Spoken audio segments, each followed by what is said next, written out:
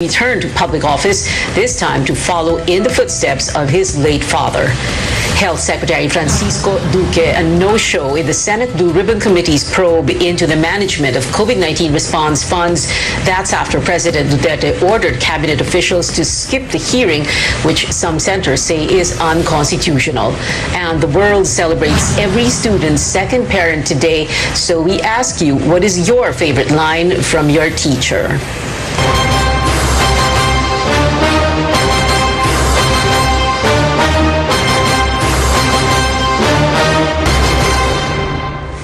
Former Senator Bongbong Marcos ends speculations about his political plans and finally announces he wants to be the next president of the Philippines. Marcos is running under the pro-administration Partido Federal ng Pilipinas, or PFP. Our Rex Remita joins us live. Rex, how will Marcos's candidacy affect the race so far? Well, the road to Malacanang is getting tighter with Marcos joining the presidential race. Unlike other presidential bid speeches, his lasted for only more than 2 minutes. It centered on COVID-19 response, which is expected to be the main issue in the elections. He says he will focus on bringing back the country on its feet from the pandemic. Among the main phrases that he used, unifying leadership and sama-sama tayong babangon muli. I know that it is this manner of unifying leadership that can lead us through this crisis, get our people safely back to work, for all of us to begin to live our lives once again. And that is why I am today announcing my intention to run for the presidency of the Philippines in the upcoming May 2022 elections.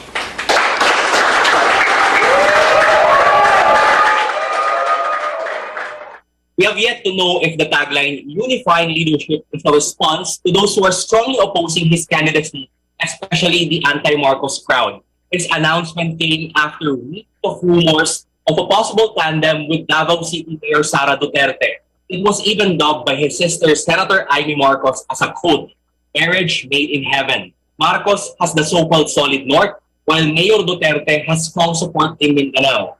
With Marcos's declaration, however, we're not sure if the reported tandem is even possible.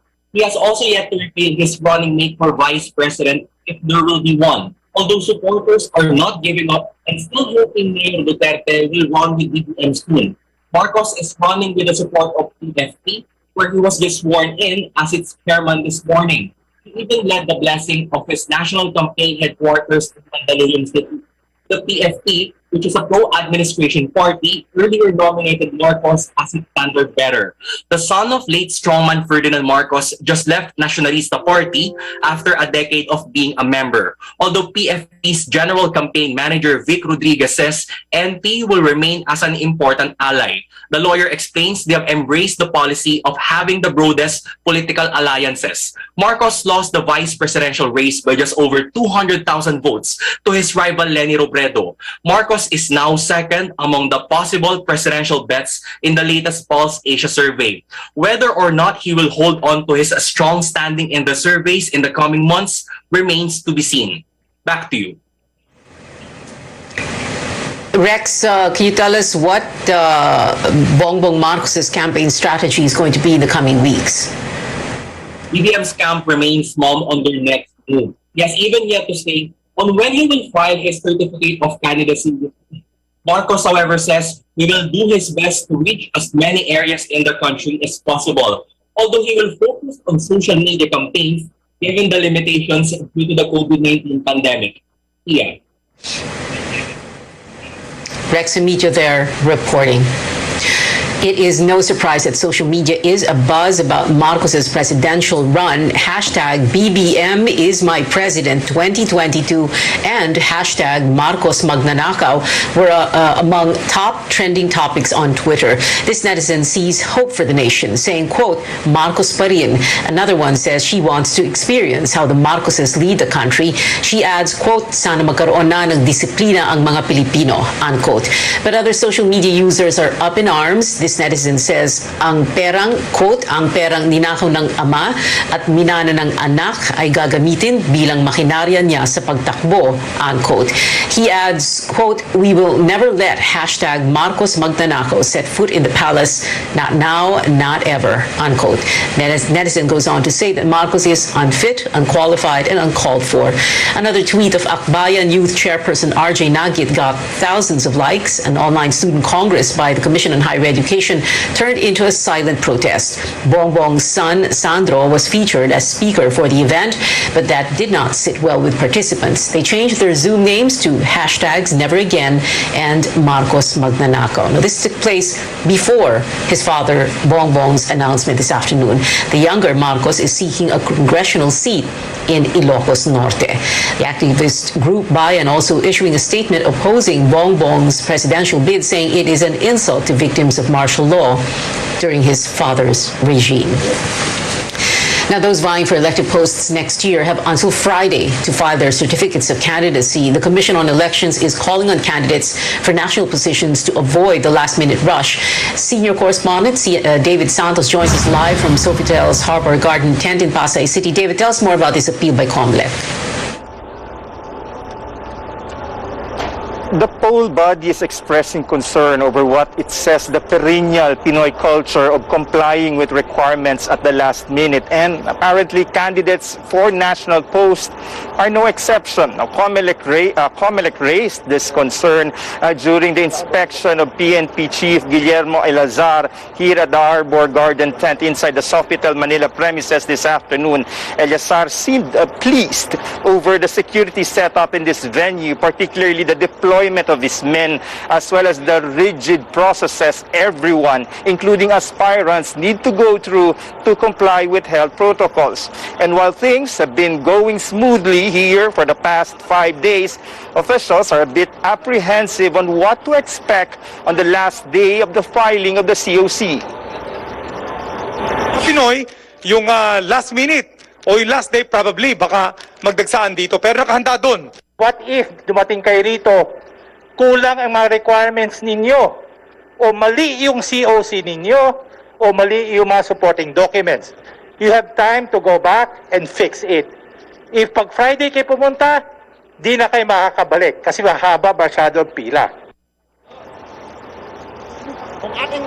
So far, 26 presidential aspirants have filed their COCs, 6 of them today. This is relatively a small number compared to previous years. In 2015, 130 filed COCs for president, 20 of them on the first day alone. Only one candidate filed his COC for vice president today, bringing their total number to 8. Pia. David, what about senatorial aspirants and party list groups? Any familiar faces who filed their COCs today? There were 7 who filed their COCs for senator, while 26 submitted their certificates for nomination for party list groups. Overall, there are now 45 senatorial aspirants and 76 organizations vying to be among the party list representatives. Among those hoping to win a Senate seat is a controversial lawyer, Larry Gadon, who spoke here against the Aquino administration and the so-called Dilawan. While the Magdalo party list, it is hoping to retain its seats in Congress. The party list group led by its founder and former Senator Antonio Trillanes submitted its papers this morning and left without even saying a word to the media. Pia. David Santos there reporting. Aspirants who filed their COCs today include Metro Manila mayors seeking re-election, one filed without fanfare, the other with supporters gathering despite quarantine restrictions. Our George Quiles tells us that story. Authorities discourage mass gatherings when politicians file their certificates of candidacy. But this appeal seems to fall on deaf ears, at least for supporters of San Juan Mayor Francis Zamora. A marching band plays upbeat music as supporters gather at the local COMELEC office. Supporters at a mass before Zamora filed his COC were more than the limit for religious sites under Alert Level 4. We made sure, number one, dito po sa misa natin, 30% lang ng simbahan na ma-occupy. Pangalawa, I spoke with our Chief of Police 2 days ago and everyone involved sa peace and order to ensure health and safety protocols. Zamora is seeking re-election under the PDP Laban Kusi faction. His running mate is Vice Mayor Warren Villa. Their political rivals, the Estradas, are not yet making a move. Ako po'y muling naghahay na aking COC sapagkat ang San Juan po ay kinakailangan pamunuan ng maayos upang tuluyan nating maitawid ang ating lungsod mula sa pandemyang ito. Basketball players James Yap, Don Aliado, and Paul Artadi, and actor Ervic Vihande are part of Zamora's slate for councilor. Ano daw plano ko kung magre-retire na ba ako. So ang sabi ko naman, pwede bang habang kung papalarin ako, habang councilor ako sa San Juan, pwede ba ako maglaro sa PBA? Ang sabi naman niya, pwede daw. If the COC filing in San Juan ran the risk of a super spreader event, Quezon City Mayor Joy Belmonte and Vice Mayor Gian Soto filed their COCs without fanfare. Belmonte and Soto initially announced that they will file on October 8. They are expected to go head-to-head with the Nakalusugan Party List Representative Mike Defensor and Councilor Winnie Castelo. George Cahiles, CNN Philippines.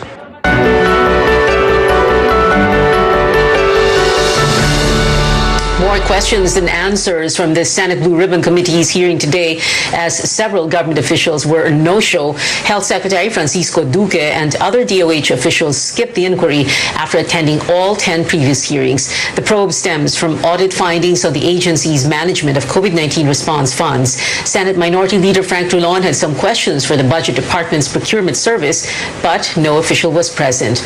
Blue Ribbon Committee Chairman Richard Gordon saying President Duterte, as a lawyer, should know that he cannot prohibit officials from attending the hearings unless it involves national security issues or diplomatic secrets. Drilon said he will support a petition challenging the constitutionality of President Duterte's memorandum before the Supreme Court. This has all the red flags of unconstitutionality. It only covers the House, the Senate. It only covers the Blue Ribbon. It does not cover other Blue Ribbon hearings, but only this particular Blue Ribbon hearing. This is really, if you want to call it, I cannot see any other memorandum as blatantly unconstitutional as what we have before us. To those who are not present in today's hearing, we will see you in the budget hearings. So we may raise these questions in the budget hearings. Senator Francis Tolentino, an administration ally, said he advised the president to let the Blue Ribbon Committee hearings continue in line with the separation of powers. The next hearing has been set for Tuesday, October 12. Now, the country will no longer accept new COVID-19 vaccine trials. The Science and Technology Department says it will opt to have studies involving a new platform or a new way of delivering vaccines, as well as a different population group. For example, when I say bagong platform, hindi na to mga mRNA. Example, DNA vaccines is one, no? Isa yan sa titingnan. Number 2, yung route of administration. Merong bakuna na titingnan na hindi na by injection, kundi by inhalation through the nose. So, medyo kakaiba. Kaya ito yung mga bagong platforms, new ways of delivering the vaccine na titingnan, at saka new populations na titingnan din. One of the new platforms recently developed is ZyCoV-D. It is the first human DNA vaccine against COVID. The vaccine will be delivered through the skin without the use of needles. Coming up on Newsnight, tropical depression Lani continues to drench provinces as it leaves 2 casualties, and netizens pay tribute to their mentors this World Teachers Day. More when we return. Stay tuned.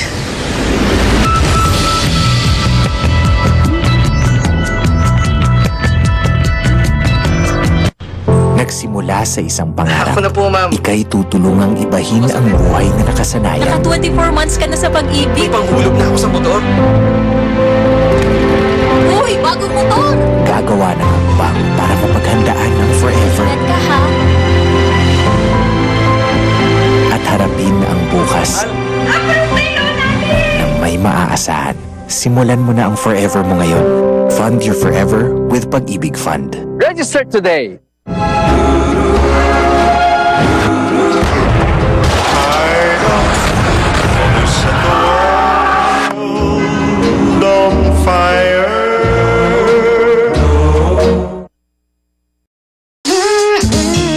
New Magnolia Mayo.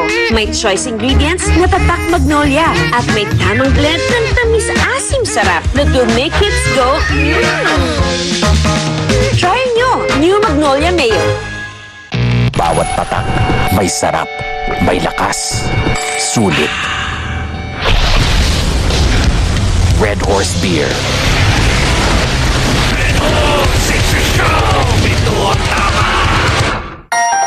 Pogino! Dahil yan sa vet-approved Nutri-Chunks Coach Shine. With active boost and prebiotics na pampalisto. Made with real salmon goodness and omega-3 and 6 for healthy skin and shiny coat. Kita naman, di ba? Listo, ganado sa Nutri-Chunks Coach Shine.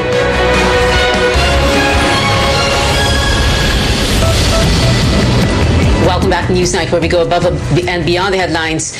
Tropical depression Lani leaves 2 dead in Cebu province. The Provincial Disaster Risk Management Office says an Indian national drowned while trying to cross a river in Consolacion town last night.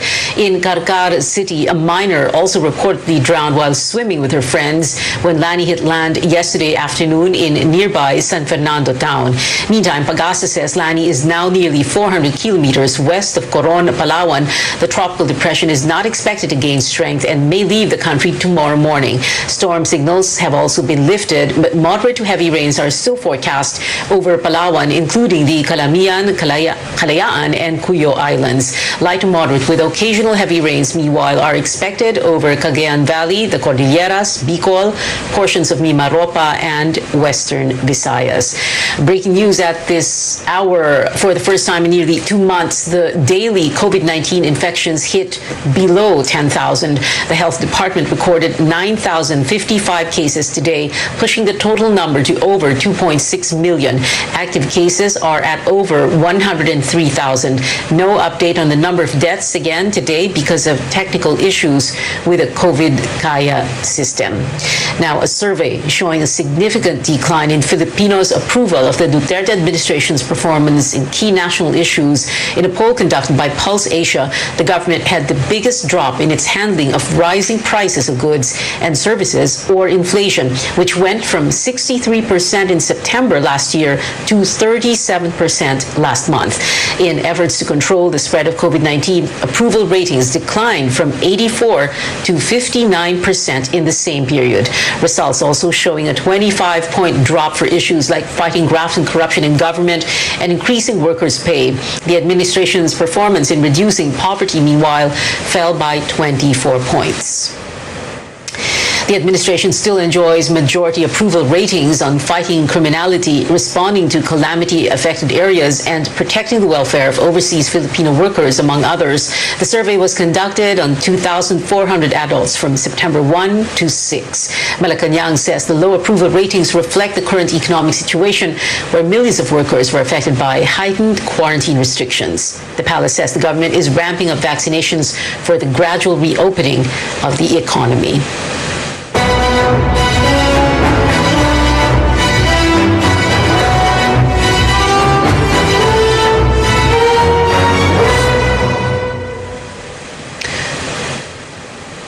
The 2022 race heats up as more aspirants formalize their bids for local and congressional posts. With only 3 days left to file certificates of candidacy, Tristan Odalo tells us how the race is shaping up so far in the provinces.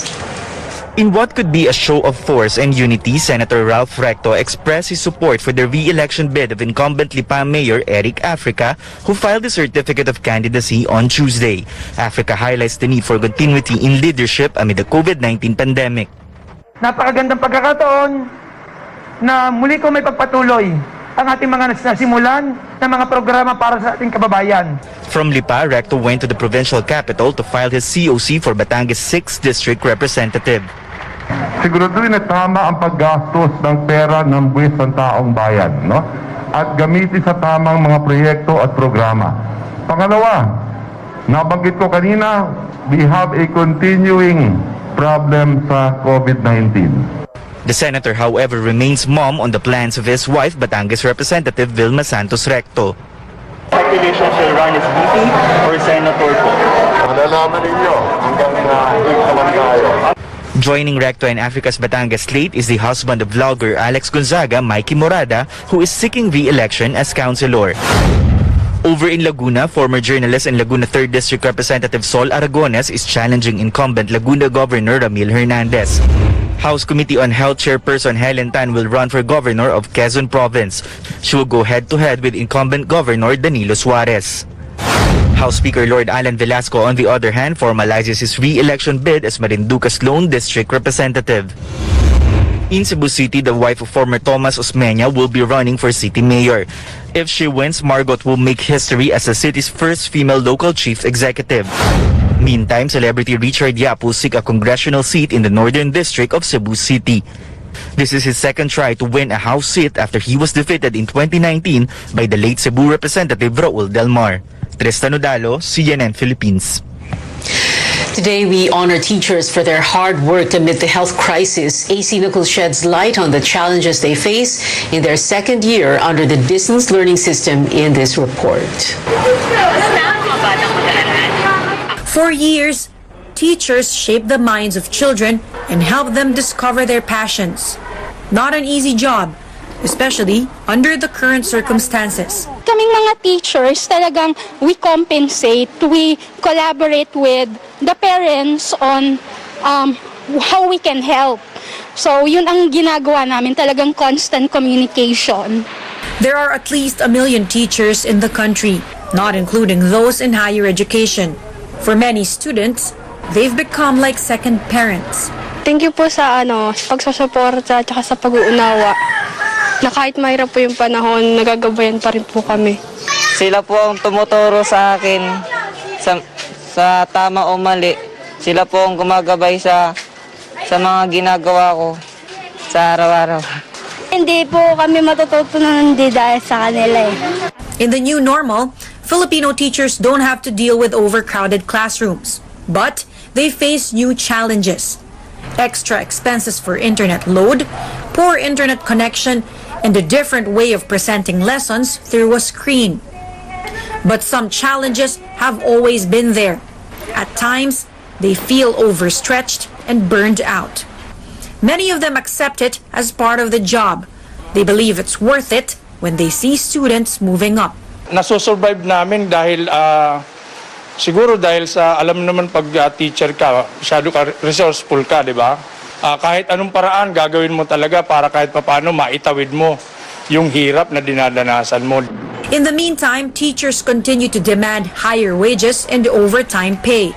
Amid the 2022 budget deliberations, they also appeal to Congress to give the Education Department a higher budget so that the agency can provide teachers the support they need, such as gadgets and other tools necessary in distance learning. Ngayong new normal, nahihirapan pare-pareho. Pero kung talagang mas maraming suporta, both financially and also yung hindi late ang pagbigay ng mga kailangan namin, talagang malaking tulong yun eh. AC Nichols, CNN Philippines. As education remains in the blended learning or mainly online setting, so do tributes to remember our mentors and their unforgettable one-liners on World Teachers Day. On CNN PH Asks, netizens shared some of their favorite quotes from teachers. One Facebook user brought up the classic "get one whole sheet of paper" line, the telltale sign of a dreaded quiz. Another netizen recalls a teacher's challenge with a quote, "You look intelligent, all of you, but that remains to be proven," unquote. And a comment recalls the popular announcement that never fails to get students to celebrate, "Walang pasok bukas, may seminar kaming mga teachers." But now it's our turn to drop a line that all our hardworking teachers, educators deserve to hear. Thank you and happy World Teachers Day from everyone here at CNN Philippines. Still ahead on Newsnight, a Filipino social media personality shuts down haters as he champions gender equality in a magazine cover. And a Broadway icon is taking his talents to the streaming giant Netflix. A sneak peek of Lin-Manuel Miranda's directorial debut when we return.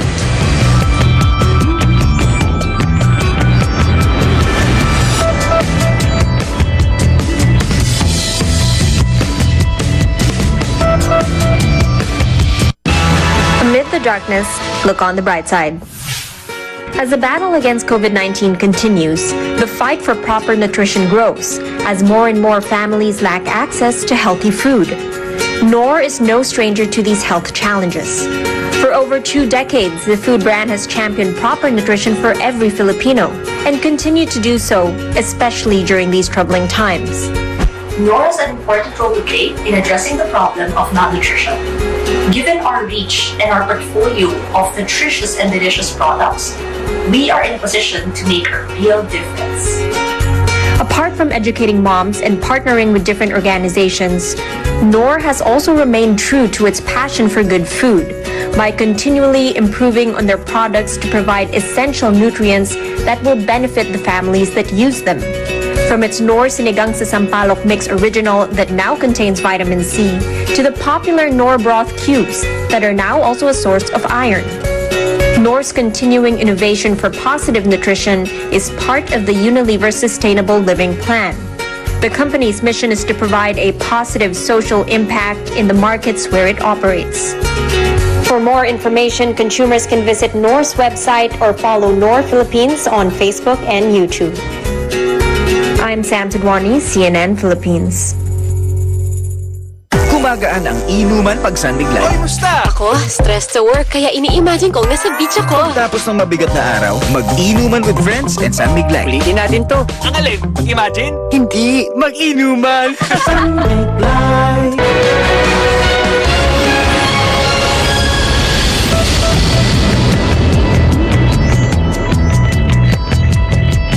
Welcome back to CNN Philippines. Netizens woke up to news that 3 social media back online.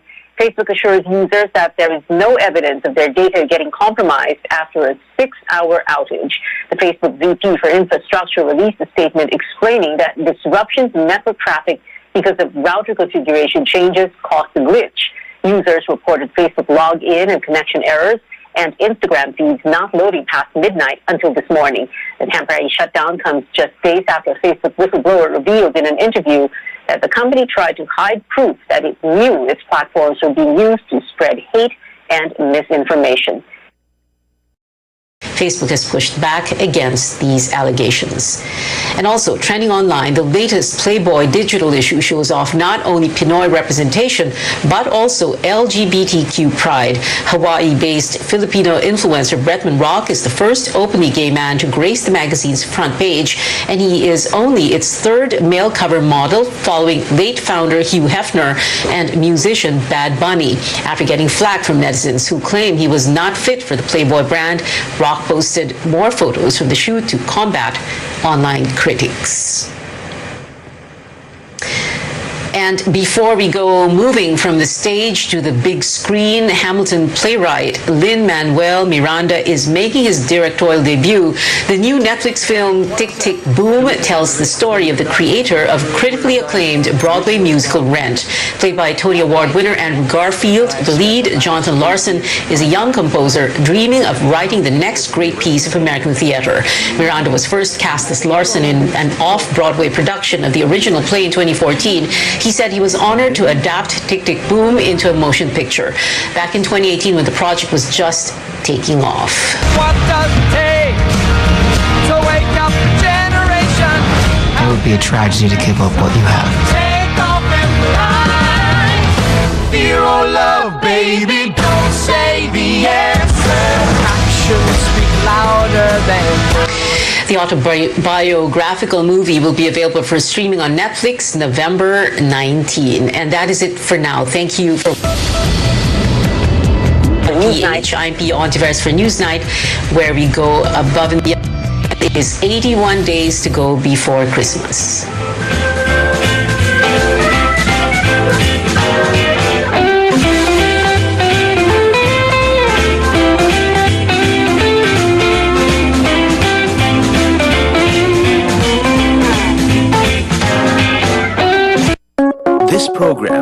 Brought to you by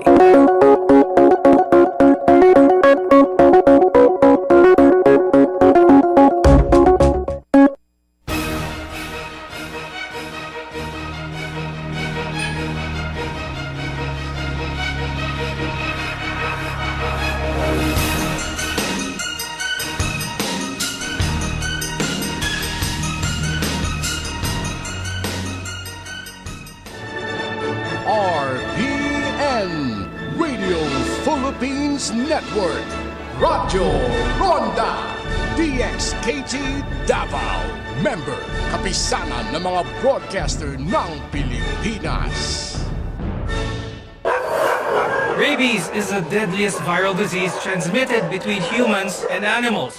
It's spread to people from the saliva of infected animals. An infection from this disease causes tens of thousands of deaths every year, mainly in Asia and in Africa, with children being the most affected. It remains a serious public health threat in the country as well, but it's vaccine preventable.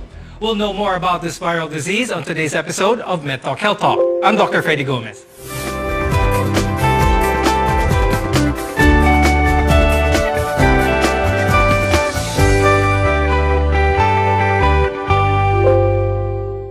Rabies is a deadly virus that can be easily prevented, but not without immediate and appropriate care. To explain more about this topic, we have on the program Dr. Ferdinand de Guzman. He's a family medicine and infectious disease specialist from San Lazaro Hospital. He's also a member of the Asian Rabies Expert Bureau. We're also joined by Dr. Pauline Convocar. She's the president of the Philippine College of Emergency Medicine. Thank you both for being with us. Now, the month of March is Rabies Awareness Month, and an estimated 200 to 250 Filipinos die from rabies every year. Now, dogs are the main source of human rabies deaths. According to the World Health Organization, at least a third of deaths here are children. Dr. Ferdy, I'll start with you first. What causes rabies and why does it remain a serious problem in our country? Rabies has always been there. It's one of the oldest diseases, and we're aware of what the disease is, but there has not been so much implementation. In fact, there is a law. Okay, this was passed in 2007, but the law has not prevented the cases of rabies, and of course, we have been lax when it comes to responsible pet ownership. Okay. Now, the Philippines had a goal of becoming a rabies-free country last year. But Dr. Ferdy, why has that not yet been achieved? And what do you think should be the next step? We have been lax about the implementation about the law. The law actually is very good. It was passed way back in 2007. So if we had followed, if we had seen to it, there would be no stray dogs, okay, because the key to the prevention and reduction of rabies cases is in dog immunization. So if we have responsible pet ownership on the part of people who own dogs, we would have less cases of rabies. Rabies is transmitted through bites of an infected animal. At ang pinaka-common dito, ang mga unimmunized dogs. Now, Dr. Pauline, is there any other way rabies can be transmitted other than a bite? Say, for example, kalmot. Yeah, it's still very much possible that a kalmot or a scratch may still be able to transmit the virus because you'll never know when the animal just licked its paws or nails and then scratched the patient. So that's one non-bite transmission of the virus. So it is still possible that there may be non-bite. Your pets may inadvertently lick your lips or any mucosa, and that may be a form or a way of transmission of the virus to the patient. Oh, so there are more than one way to get infected with rabies. But are all dogs born with rabies, Dr. Ferdy? Okay. Rabies is transmitted, or the carriers of the disease usually are warm-blooded animals. Of course, dogs, cats, they have the potential to transmit the disease. So they develop the disease first and then transmit to humans, whether bite or non-bite. We always say, if you have a dog bite or a cat bite or an exposure, bring the victim to the hospital.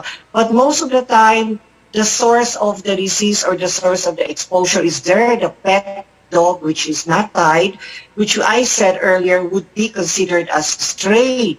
Dr. Pauline, aside from dogs, meron pa bang ibang mga common animals that our viewers should be aware about that is most likely to transmit rabies if ever they're infected to people? Yeah, as what was explained by Dr. Ferdy, all warm-blooded mammals, Dr. Ferdy, right? So, but Yes. however, in the Philippines, 98.5 to as close as 99% really are transmitted by dogs. All other animals that may transmit may be cats or any other domesticated animals that are warm-blooded. So they may still transmit, but they only comprise around less than 2% or 1.5% of the animal bite cases that we have in the Philippines. Okay, so I can't stress enough the importance of trying to prevent rabies from happening because by the time you start showing symptoms, it's most likely too late. Now, Dr. Ferdy, could you please explain to us how the virus travels through our body? How fast does this spread? Okay, the usual scenario is that of a bite. Okay, so the saliva gets inside the human body through a bite, through a break in the skin. Now, the rate of travel of the rhabdovirus inside the body is 2 to 4 millimeters per hour. So actually, it's rather slow if you would count it as per hour. That's why we would say it's an urgency, not an emergency, because actually we still have time to prevent the development of the disease. When we see patients, we often ask, did the wound bleed? Okay, so if the patient or the guardian or caregiver tells us, yes, the patient bled, so it's a higher risk for the development of the disease if exposure is serious. So below the waist, because it's far from the brain, we would say that the wound is minor.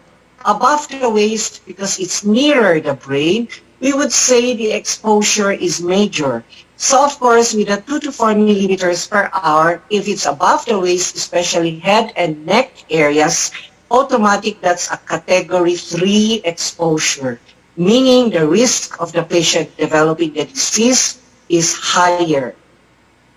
Okay, very good. Now, Dr. Pauline, if someone is bitten by a dog na hindi sila sigurado kung immunized ba against rabies ang aso, is this immediate time for them to go to the ER? Ang payo ko talaga is pumunta ng emergency department if in doubt. Always. At least there you will be evaluated, you will be assessed if indeed what's the category of the bite. But before doing so, in the house, you may immediately and vigorously wash the wound with soap and water, preferably for around 10 to 15 minutes. If not available, the wound may just be thoroughly washed with water, but you may also apply antiseptic like alcohol or ethanol, 70%, and then proceed immediately to the emergency department. Should you have doubts if the bite was from an unimmunized dog or an immunized dog, regardless, you should visit the emergency department. Dr. Pauline, is it important for the emergency room physician na alamin nila yung status ng aso na kumagat doon sa tao? Yes, we have to also know the status of the dog, even the status of the immunization of the dog. But more likely, oftentimes, the dogs are stray or if they're not immunized or when in doubt, we really treat them as unimmunized. Besides, even if the dog is immunized, we still give the necessary prophylactic vaccination regardless of the vaccine status of the dog. Then we have to evaluate again if the immunization status is valid or not expired. So that's how we evaluate the wound first and then evaluate also the immunization status of the dog. Okay, so the first symptoms of rabies in humans may be very similar to the flu and may last for days. More on this when we come back. You're watching MedTalk Health Talk on CNN Philippines. Stay with us.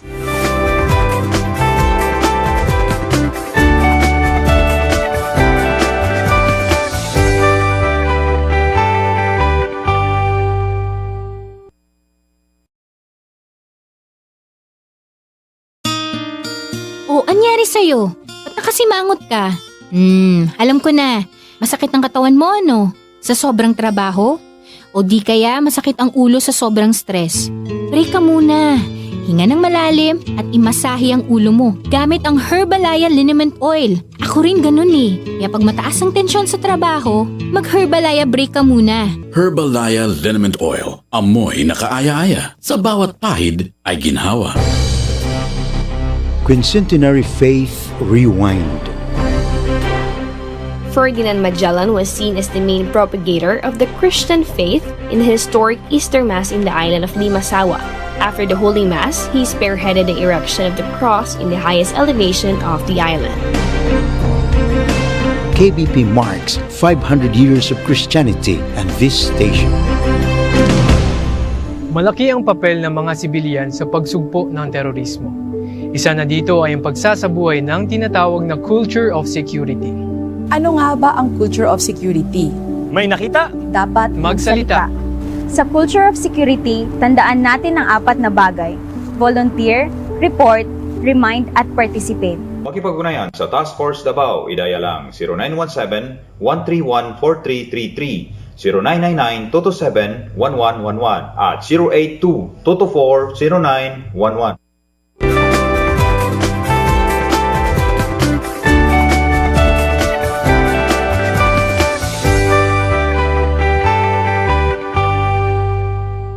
We're together in health. I'm Dr. Freddy Gomez. Our topic for today is rabies, which remains a serious public health threat in our country.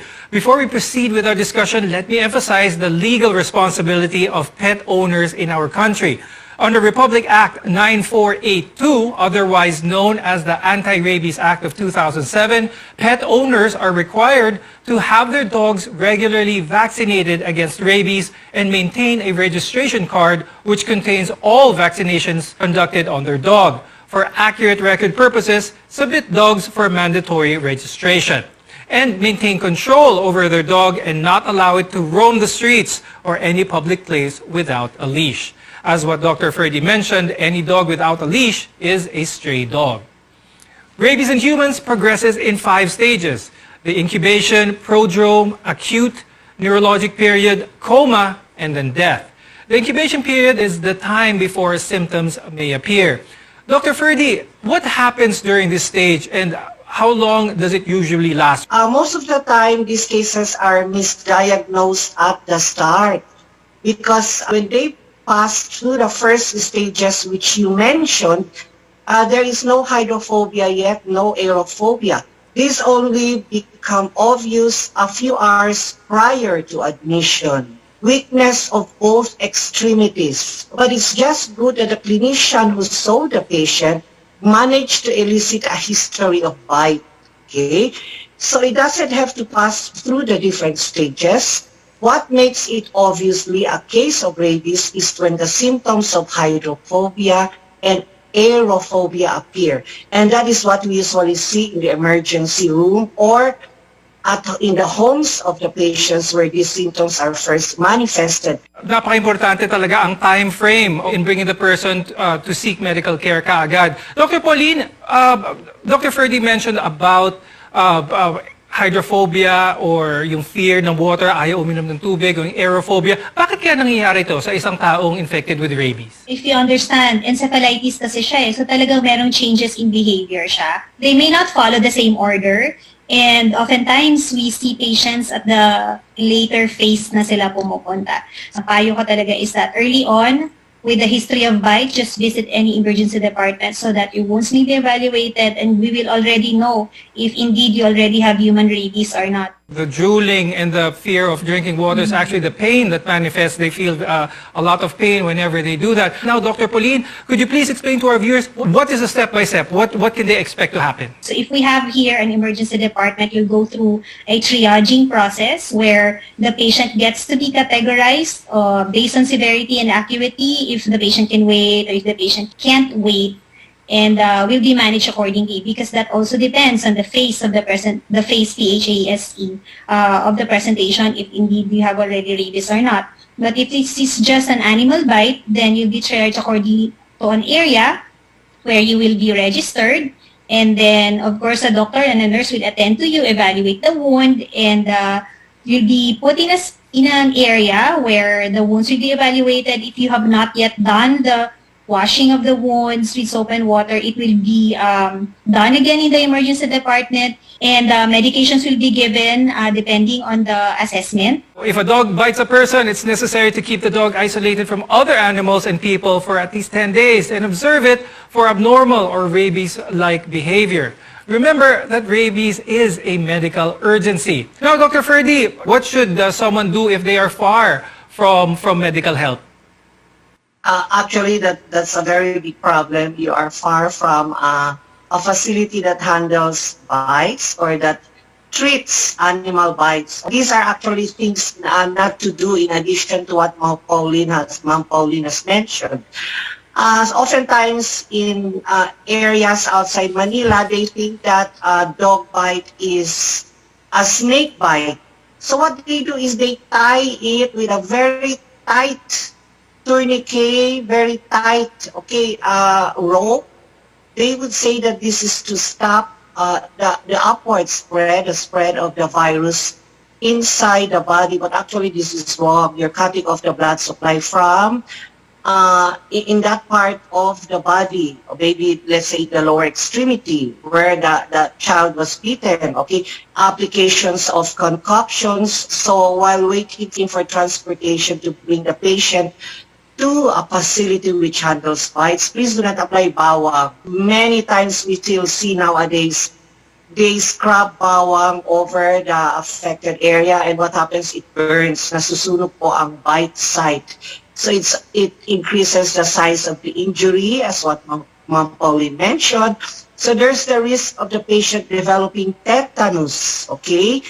Another thing also, because you mentioned that a patient or the incident might have happened in an area where the nearest facility is 3 to 4 days away if you walk, if it's in the mountains. What we would often say is that observe the dog, take care of the biting animal, because most of the time the biting animal is a big help. When they finally get to see a doctor, first question we would often ask is, buhay pa ang aso? Nakikita niyo pa po ba ang pusa? As long as biting animal is alive, it's safe. Wala pong rabies ang biting animal because there are still no signs and symptoms of rabies in the dog. So napaka-importante talaga yung condition ng animal, especially if you're far from adequate health care, because the status of the dog will give you an insight if this animal does have rabies or not. Because rabies is a potentially fatal condition which is 100% preventable when immediate medical treatment is received. It's important to know that the health department provides free anti-rabies vaccine for post and pre-exposure prophylaxis in all animal bite treatment centers. PhilHealth, meanwhile, provides qualified members a package that helps pay for the cost of post-exposure treatment. When we return, more on treatment for people who were bitten by animals with rabies. Your health is our priority here on Vet Talk Health Talk.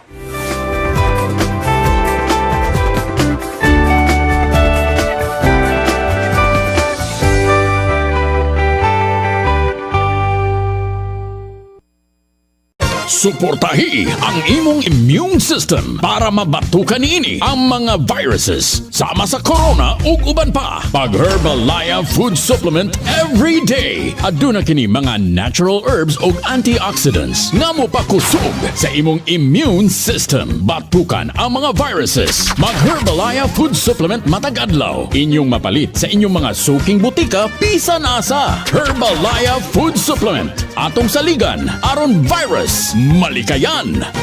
Mahalagang paalala, ang produktong ito ay hindi gamot at hindi dapat gamiting panggamot sa anumang uri ng sakit. Narito na ang pag-asa. Narito na ang bakuna.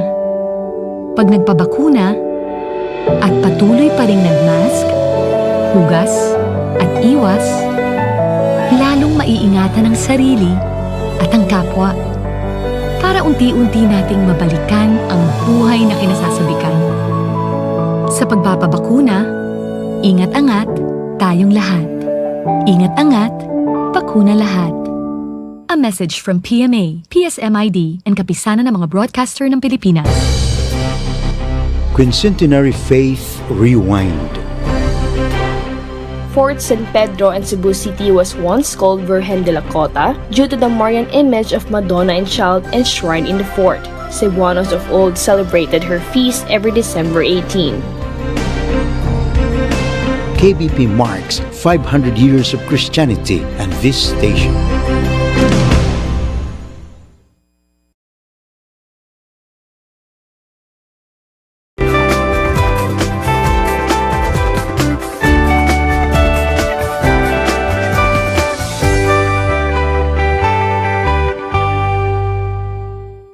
The World Health Organization has a global campaign to end human rabies death by 2030. Here in the Philippines, we had a campaign to end rabies in 2020, but that has not been achieved. Our knowledge and understanding of rabies can help protect you and your loved ones from this potentially deadly viral disease. Welcome back to MedTalk Health Talk, your connection to healthcare. All suspected cases of rabies should be treated immediately to prevent the onset of symptoms and death. Dr. Pauline, can you explain the treatment process?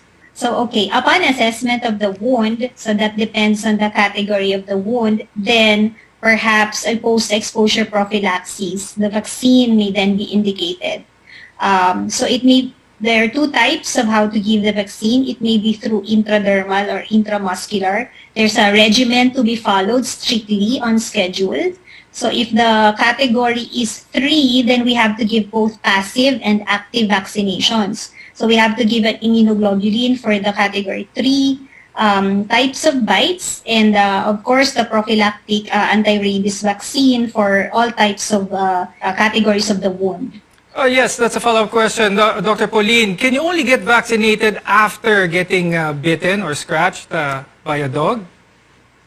Actually, you may prefer to have yourself vaccinated if you are high risk. Say, for example, you are a zookeeper, you are a veterinarian, you are a veterinarian assistant, or you are a lab technician or a lab personnel that has this high risk of exposure to a potential reservoir of rabies, then you may opt to be given a pre-exposure prophylaxis or a vaccine. Not all animal bites require preventive rabies interventions though, but medical attention should be immediately sought after if the bite is from an animal exhibiting signs of rabies. Wildlife are much more likely to be rabid than domestic animals, but your pets can be infected when bitten by rabid wild animals, especially stray dogs, as what Dr. Ferdy mentioned earlier. Dr. Ferdy, why should we vaccinate our pets and how often should they get vaccinated? So if you immunize dogs, because prevention would be cheaper, okay, and of course less traumatic to our patients, okay. If it's category 3 and it's a new patient, okay, no pre-exposure immunization on the part of the patient, like what you mentioned or like what was discussed earlier. And if dog is not immunized, marami pong injection.